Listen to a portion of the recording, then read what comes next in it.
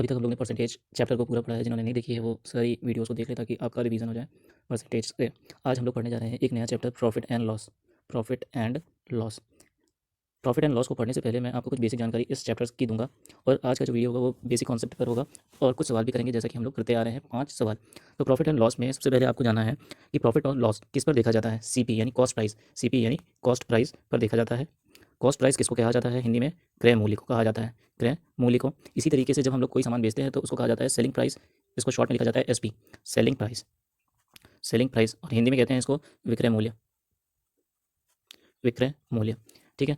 अब देखो यहाँ पे एक वर्ड आता है प्रॉफिट। प्रॉफिट कब होगा, लॉस कब होगा, इसके बारे में आपको पता होगा। जब सीपी यानी क्रय मूल्य विक्रय मूल्य से ज़्यादा हो तब आपको लॉस होगा और इसका फॉर्मूला हो जाएगा लॉस बराबर सीपी माइनस एसपी। और इसी तरीके से जब आपकी वैल्यू कौन सी एसपी बड़ी होगी सीपी से तो ये हो जाएगा प्रॉफिट और प्रॉफिट बराबर हो जाएगा एसपी माइनस सीपी। ठीक है। अब दूसरा फॉर्मूला जो आपका है लॉस परसेंट। लॉस परसेंट होता है लॉस अपॉन सीपी इंटू 100%। इसी तरीके से प्रॉफिट परसेंट। प्रॉफिट परसेंट होता है प्रॉफिट अपॉन सीपी इंटू 100%। ठीक है।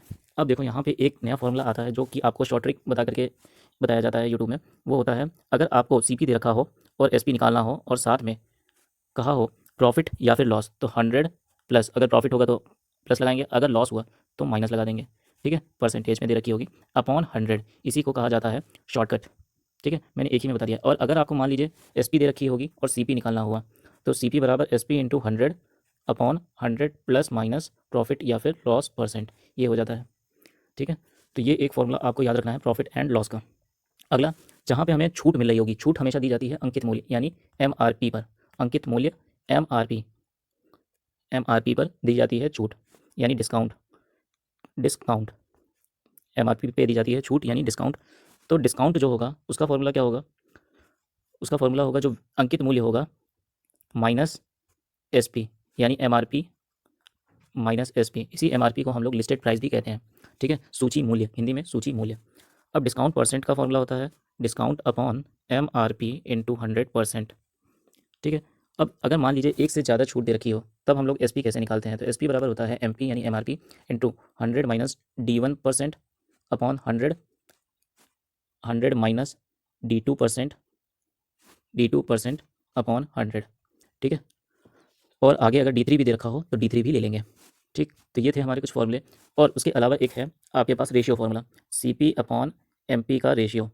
देखो एमपी हमेशा सीपी से बड़ी होती है, इसलिए अगर प्रॉफिट होता है तो हम लोग 100 प्लस प्रॉफिट करेंगे, अगर लॉस होता है तो 100 माइनस लॉस करेंगे। और सीपी जो होगी वो हमेशा 100 माइनस डिस्काउंट। अच्छा, परसेंटेज में वैल्यू दे रखी होगी, ये बात का विशेष ध्यान रखें। ठीक है।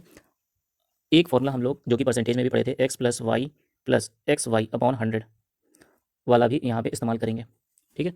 अब हम लोग पहला सवाल एकदम बेसिक बेसिक सवाल आज पहले पढ़ेंगे। एक व्यक्ति एक खिलौना 400 रुपये में खरीदता है और उसे 15% की हानि पर बेच देता है। खिलौने का विक्रय मूल्य क्या होगा? देखिए बेसिक पढ़ रहे हैं जरूर, लेकिन ये प्रीवियस ईयर के पेपर में आए हुए हैं जो कि 2023 में हुए थे। एक व्यक्ति एक खिलौना 400 रुपये में खरीदता है और उसे 15% की हानि पर बेचता है। खिलौने का विक्रय मूल्य बताइए। 15% की हानि, तो विक्रय मूल्य बताना है। तो एसपी के लिए अभी मैंने आपको क्या फॉर्मूला बताया था, एसपी बराबर सीपी इंटू लॉस दे रखा हुआ है तो 100 माइनस लॉस परसेंट अपॉन 100। तो सीपी की वैल्यू होगी 400 और 100 माइनस 15 यानी 85 अपॉन 100। जीरो से जीरो गया, ये कितना आ जाएगा? 340। 340, क्योंकि 85 का 2 गुना कितना होता है? 85 का दुगना होगा 170, उसका भी डबल कर दो तो 340। 340 आपका क्या आ गया? आंसर आ गया। ठीक है। अब कोई बच्चा ये भी कह सकता है कि हम 15% की वैल्यू लिखेंगे, तो 15% का फ्रैक्शन वैल्यू होता है 3/20। 3/20 का मतलब ये हुआ, ये सीपी होगा, ये इसका लॉस होगा। ठीक है, क्योंकि दे रखा हुआ है हानि। तो 400 रुपये की चीज़ जो है वो ये 20 यूनिट के बराबर है, तो एक यूनिट की वैल्यू कितनी हो गई? 400/20।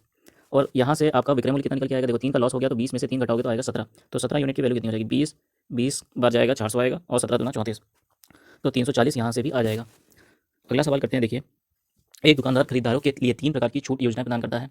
इनमें एक दुकानदार खरीदारों के लिए 3 प्रकार की छूट योजनाएं प्रदान करता है, इनमें से किसका छूट प्रतिशत अधिकतम होगा? प्रत्येक 10% की 2 क्रमिक छूट है। 10% की अगर छूट है तो इसका मतलब क्या हुआ?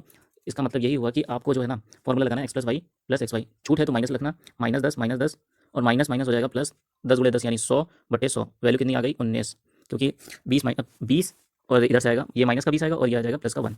इसी तरीके से 15% और 5%, 15 और 5 मिलकर के बनाएगा माइनस का 20, लेकिन 15 × 75/100 यानी प्लस का 0.75, ये कटेगा तो आ जाएगा 19.25।